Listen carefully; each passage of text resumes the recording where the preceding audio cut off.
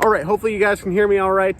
For those of you who are not new to the channel and to the podcast, you know that sometimes I record outside when I'm in between movies, and that is the case right now. I just watched The Invitation, and at about 9:45, I'm going to be seeing Breaking, starring John Boyega, which I am very much excited for. But yeah, most of the time on Thursdays, I'm seeing 2 movies in one day.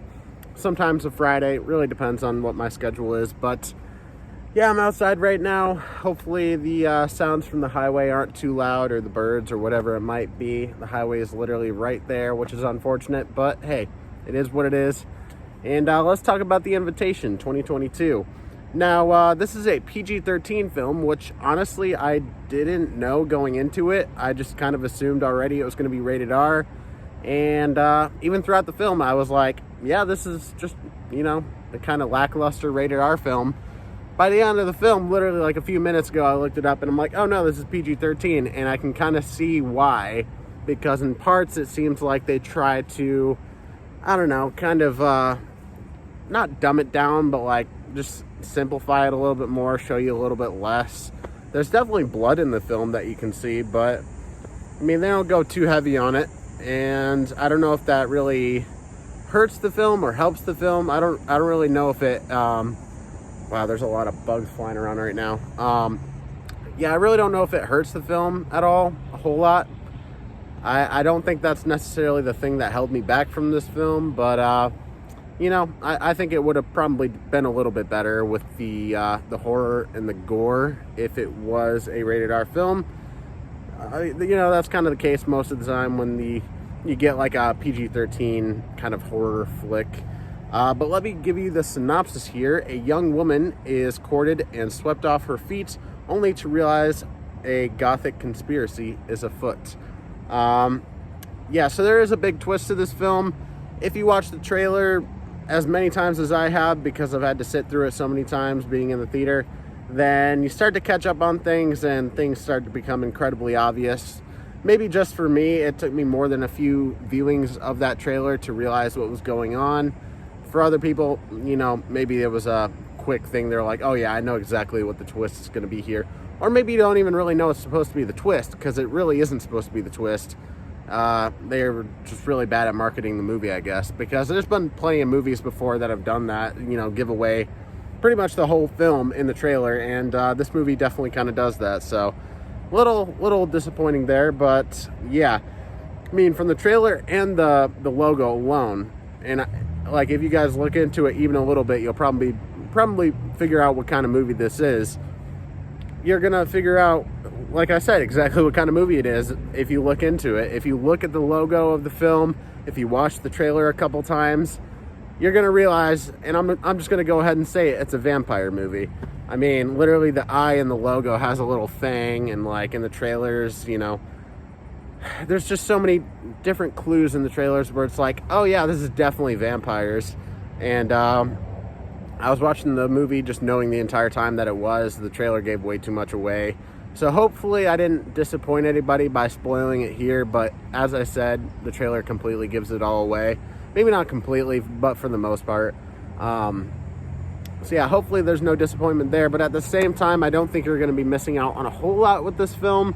They did have setups for a sequel, so maybe we'll see another one of these, films in this franchise at some point, but I wouldn't be surprised if this was just a one and done deal. It came out last week. I was catching up on movies this week, and there was not a single soul in the theater. In fact, a few people came in for a little bit, just randomly, like not even halfway through the movie, probably realized they were in the wrong movie and then left. So yeah, nobody was watching this movie today.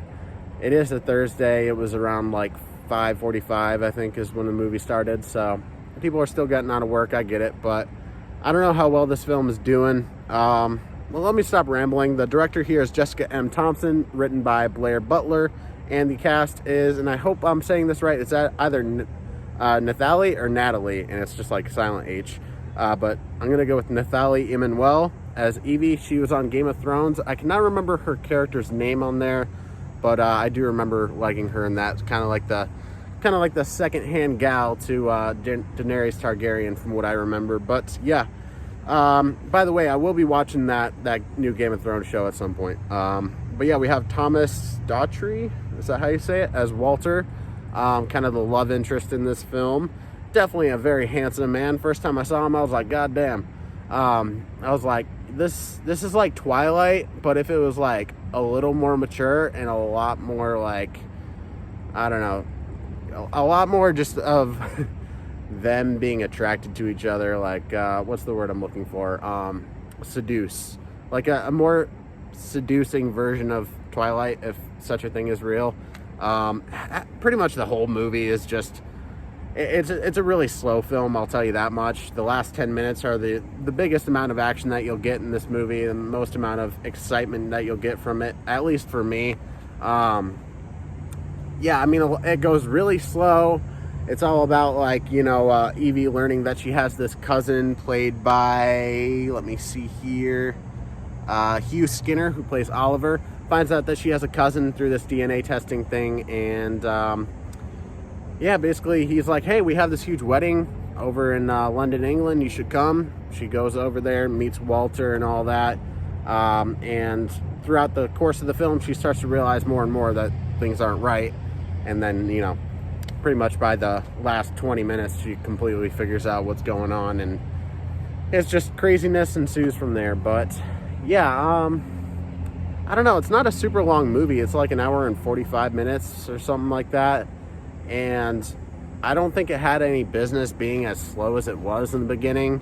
I mean, I get it, you're setting things up with her and like her whole backstory and trying to set up little clues of the backstory of the family that she's with, and you know, the people of the wedding that she's going to the wedding for. But I don't know, it's a really slow moving film, and I'm fine with slow moving films.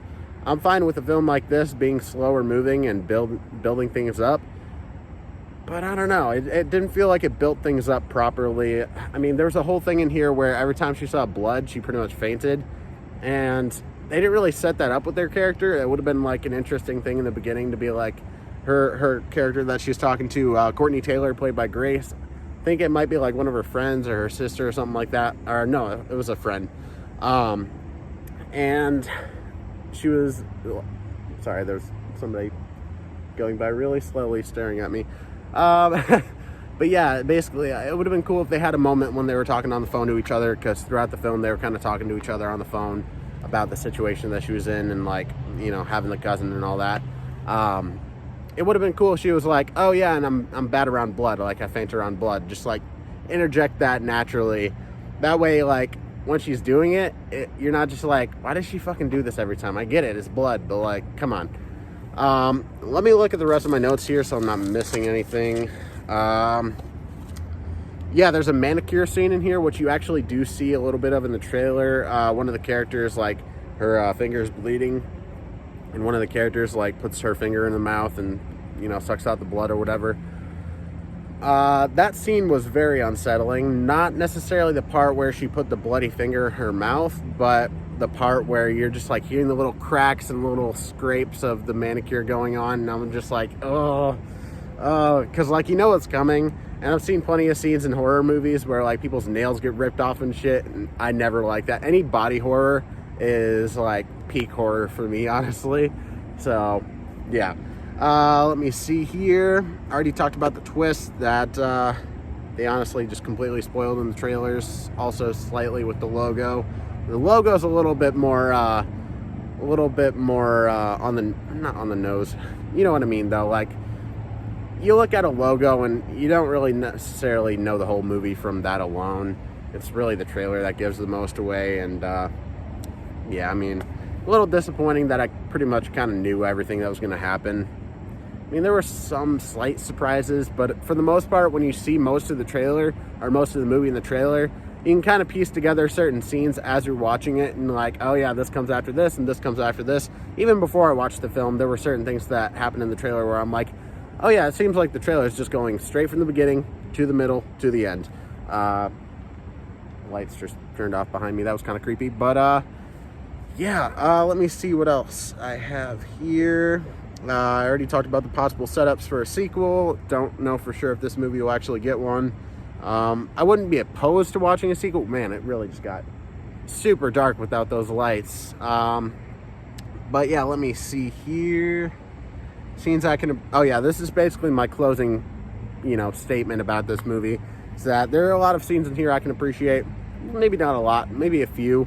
Like I said, the last 15 to 10 minutes, all action, and I think most of that works for me. The manicure scene I thought was really unsettling. That's honestly probably my favorite scene from the movie. But in the end, it's just not quite enough to make a good film. Is just having a few scenes where I'm like, oh yeah, man, that's some good horror, some good body horror, just some good character development. I don't know. We don't really get a whole lot of that in this movie, I feel like, for the most part. And I don't know.